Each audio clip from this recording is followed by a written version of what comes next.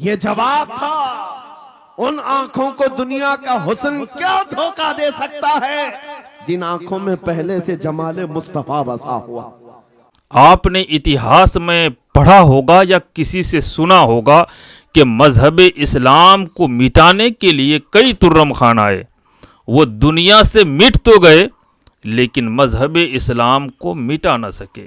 और यही वजह है कि मुसलमान सिर्फ़ और सिर्फ अपने रब से डरता है। वो अल्लाह और उसके रसूल के लिए ही ज़िंदगी गुजारता है। वो जानता है कि दुनिया की जितनी दौलत है, जितनी सरवत है, जितनी सरमाया है, ईमान से बढ़कर नहीं है। ईमान सबसे बड़ी दौलत है। तो आइए बिला किसी ताखीर के इस खूबसूरत वीडियो को आप देखिए। वीडियो को बिल्कुल भी स्किप न करें। बहुत ही अहम और इम्पोर्टेंट गुफ्तगू है। आप ज़रूर सुन करके जाएं और अपनी राय कमेंट सेक्शन में ज़रूर दें। आज भी अगर इनसे कह दो, चाहे वो किसी भी तरह का अमल रखता हो, हुजूर की इज्जत की बात आई तो अपनी गर्दन लेकर हाजिर होने को तैयार। सुभान अल्लाह। है या नहीं मेरी इस बात पर? सुनो, खालिद बिन वलीद जब किले का मुहासरा कर चुके हैं, ईसाई पादरी ने अपने सारे साथियों से कहा, हम इनको 3 दिन का टाइम देते हैं कि हम इनको सुलह करने की बात करेंगे, लेकिन मेरी एक शर्त होगी।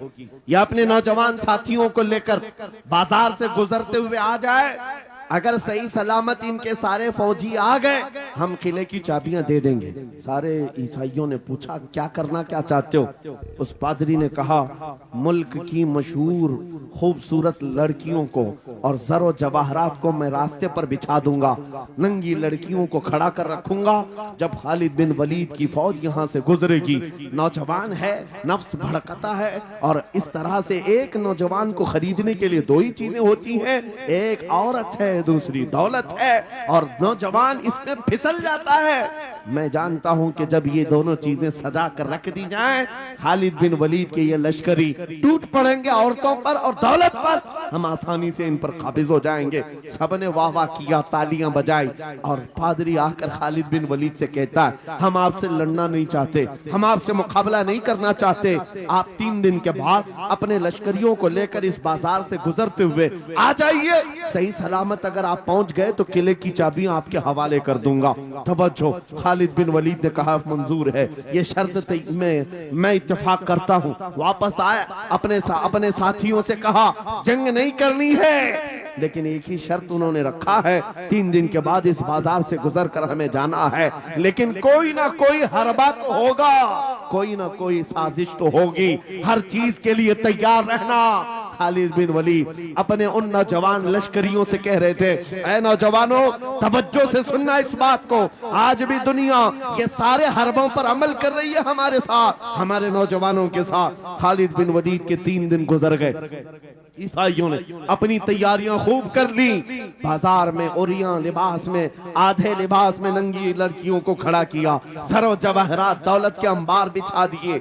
जब खालिद बिन वलीद के सिपाही मैदान में गुजरते हुए उस बाजार में आते हैं, पहला कदम रखा था, नजरें पड़ गई, खालिद बिन वलीद रुक गए, पलट गए, अपने लश्करियों से कहा, वही आज मैं तुमसे कह रहा हूं। उन्होंने कहा था, ऐ नौजवानों, ऐ रसूलुल्लाह के शहदाइयों, तुम्हारी इम्तिहान का दिन है, आज तुम्हारे इम्तिहान का दिन है। अगर तुम्हारा कदम फिसल गया, सुबह क़यामत तक तुम पर लानतों की फटकार होगी, और अगर जमा रहा, सुबह क़यामत तक अल्लाह की रहमत के फूल बरसाए जाएंगे। नौजवानों ने पूछा, करना क्या है हमें? आज कौन से इम्तिहान में कामयाब होने का तरीका क्या है? इस इम्तिहान में खालिद बिन वलीद ने कहा, कुछ न करना, बस अपने रसूल की सुन्नत पर अमल करना।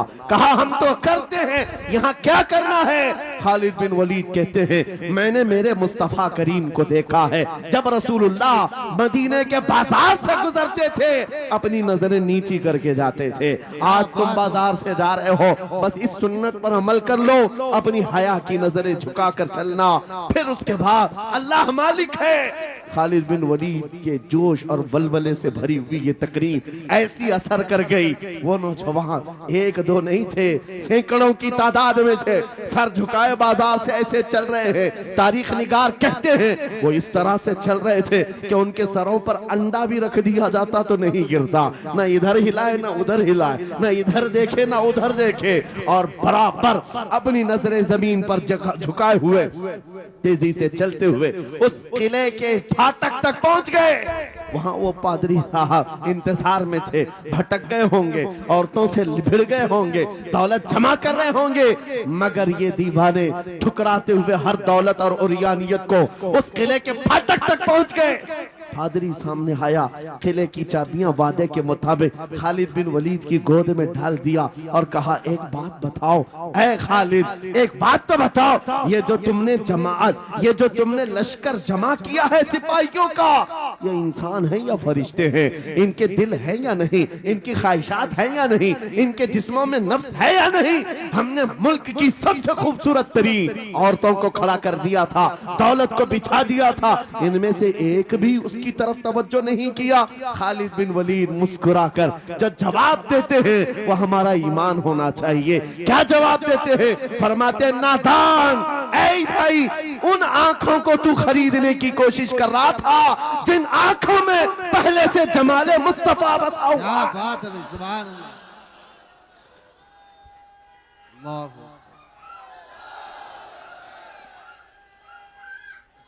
या रसूल,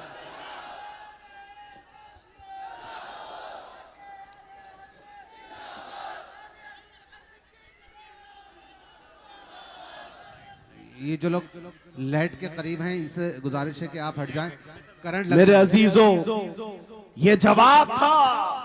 उन आंखों को दुनिया का हुस्न क्या धोखा दे सकता है जिन आंखों में पहले से जमाले मुस्तफा बसा हुआ। तो वीडियो से आपने समझ गया कि मज़हब इस्लाम के मुखालिफिन आज कोई नई बात नहीं है, बल्कि सदियों ये चीज़ें चली आ रही है। जब से इस्लाम दुनिया में फैला है तब से इस्लाम के मुखालिफिन भी बढ़ते जा रहे हैं। लेकिन अल्लाह का करम यह है कि मज़हब इस्लाम में आज भी जो है लोग कलमा पढ़ करके दाखिल हो रहे हैं। ये इस्लाम की खूबसूरती है, इस्लाम की खूबियाँ हैं, क्योंकि जिसने मज़हब इस्लाम को दूर से देखा वो मुखालिफ बन गए, लेकिन जिसने मज़हब इस्लाम को समझा और पढ़ा, उनकी खूबियों को देखा, तो बेसाख्ता कह उठे कि दुनिया में अगर कोई खूबसूरत मज़हब है, अमन व शांति वाला मज़हब है, जो भाईचारा का पैगाम देता है, जो अमन का पैगाम देता है, तो दुनिया में वाहिद मज़हब है, वो मज़हब इस्लाम है। और कई ऐसे लोग आए जिन्होंने मज़हब इस्लाम को पढ़ करके ख़ुद इस्लाम कबूल किए और मुसलमान हो गए। ये तो अल्लाह का करम है, अल्लाह की मेहरबानी है कि उसने हमें इंसान तो बनाया ही, लेकिन मुसलमान के घर में पैदा फरमा करके अल्लाह ने वो एहसान कर दिया कि हमने बिला किसी जिद्दोजहद के, बिला किसी परेशानी और मुसीबत के हमने ईमान पा लिया, हम मुसलमान हो गए। अल्लाह का बहुत बड़ा एहसान है, करम है। जान जाती है तो जाए, लेकिन ईमान न जाए। यही हर मुसलमान का जो है अक़ीदा है, और यही ईमानी जज्बा है, और यही ईमान की ताकत है, और यही दुनिया वाले को पैगाम है कि हम रसूलुल्लाह के लिए दुनिया की सारी चीज़ें कुर्बान कर सकते हैं, लेकिन अपने ईमान से फिर नहीं सकते। अल्लाह रब्बुल इज़्ज़त की बारगाह में दुआ है, अल्लाह तबारक व तआला दुनिया के तमाम मुसलमानों की जान, माल, इज़्ज़त, आबरू और ईमान की हिफाजत फरमाए। हमारे मुल्क हिंदुस्तान में अमन व शांति कायम फरमाए। आमीन या रब्बल आलमीन। अस्सलामु अलैकुम व रहमतुल्लाहि व बरकातुहू।